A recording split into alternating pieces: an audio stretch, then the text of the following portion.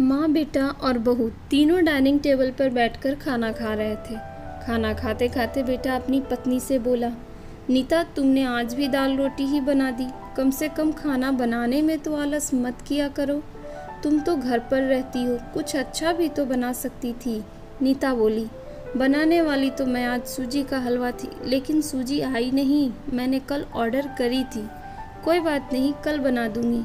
Kitchen में cooker की सीटी सुनाई देती है और खाना खाते खाते नीता किचन में चली जाती है।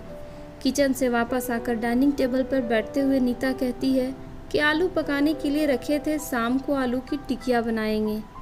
उसकी सासू माँ भी यह सुनकर खुश हो जाती है। नितिन बीच में बोल पड़ता है, ये अच्छा है, दोनों बहुत मज़े करते हो, अपने पसंद की चीज़ें जो बनाकर खाते हो। तभी डोरबेल बजती है। सुनीता फिर से खाने की टेबल से उठकर दरवाज़ा खोलने चली जाती है। दरवाजे पर डिलीवरी बॉय सूजी लेकर आया होता है। पार्सल लेकर अनीता फिर से डाइनिंग टेबल पर खाना खाने बैठती है।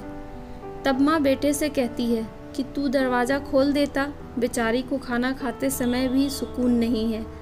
बेटा कहता है, सॉरी माँ, मैं नहीं उठ सकता, मुझे ऑफिस जाने के लिए देर हो रही है। नितिन खाना खाकर ऑफिस की तैयारी करने के लिए अपने रूम में चला जाता है। कुछ ही सेकंडों बाद वो सुनीता को आवाज़ लगाता है, नीता, मेरी घड़ी कहाँ है? मिल नहीं रही है।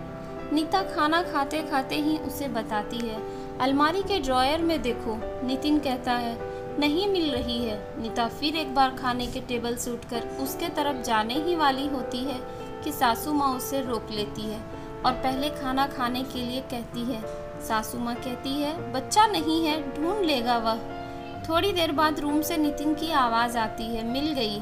डाइनिंग टेबल पर दोनों सास बहू एक दूसरे की तरफ देखकर मुस्कुराते हैं। अगले दिन सुबह सुबह नितिन अपने बेडरूम में कोई फाइल ढूंढ रहा होता है और उस फाइल को ढूंढने के चक्कर में उसने पूरा कमरा तहस नहस कर दिया होता है।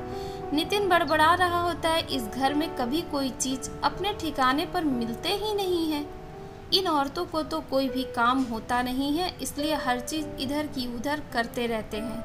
नीता अपने कमरे में आकर कमरे का बुरा हाल देखती है तो नितिन से पूछती है कि क्या कर रहे हो। नितिन कहता है, वह फाइल कहाँ है जो मैंने तुम्हें परसों दी। नीता तुरंत वह फाइल निकालकर नितिन के हाथों में थमा देती है और उससे कहती है कि एक बार मुझसे पूछ लिया होता, पूरा कमरा फैला के रख दिया है।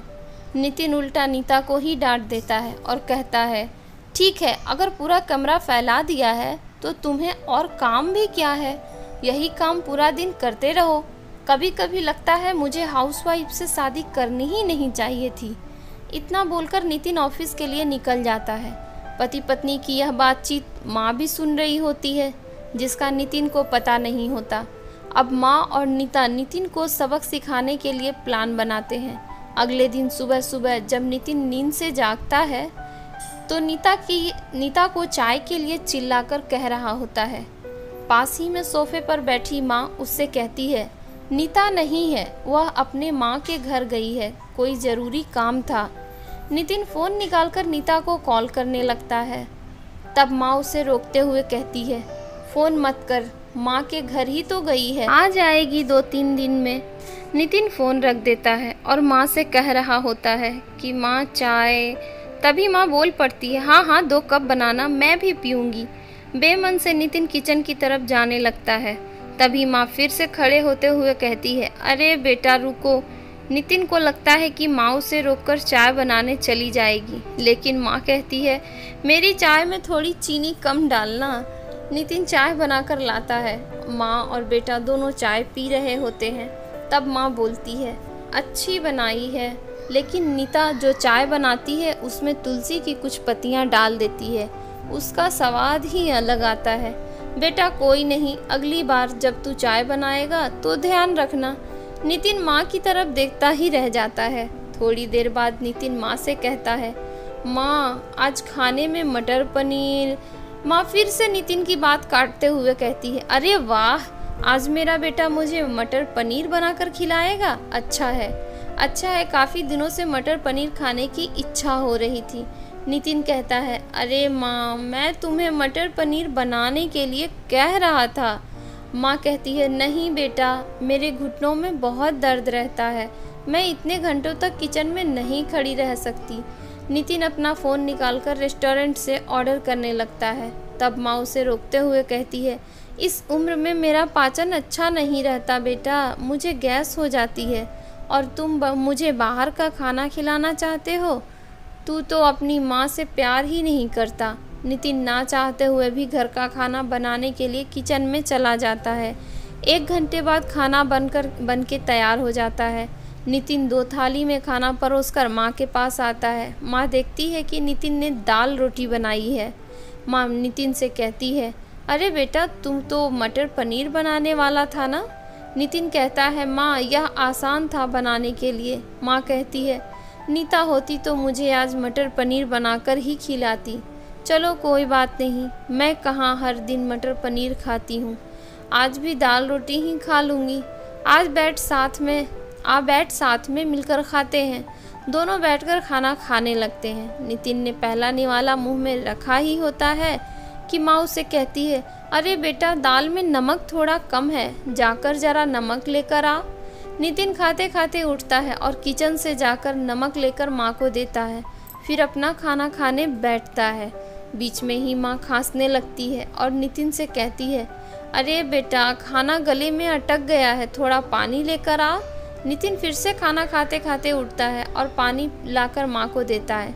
इन सब से नितिन के मुंह पर परेशानी साफ देखी जा सकती थी। नितिन को अब महसूस भी हो रहा होता है कि जैसा बर्ताव वह नीता के साथ करता है उसे कितना बुरा लगता होगा। हालांकि नीता के मुंह पर कभी उसने सिकन नहीं देखी थी।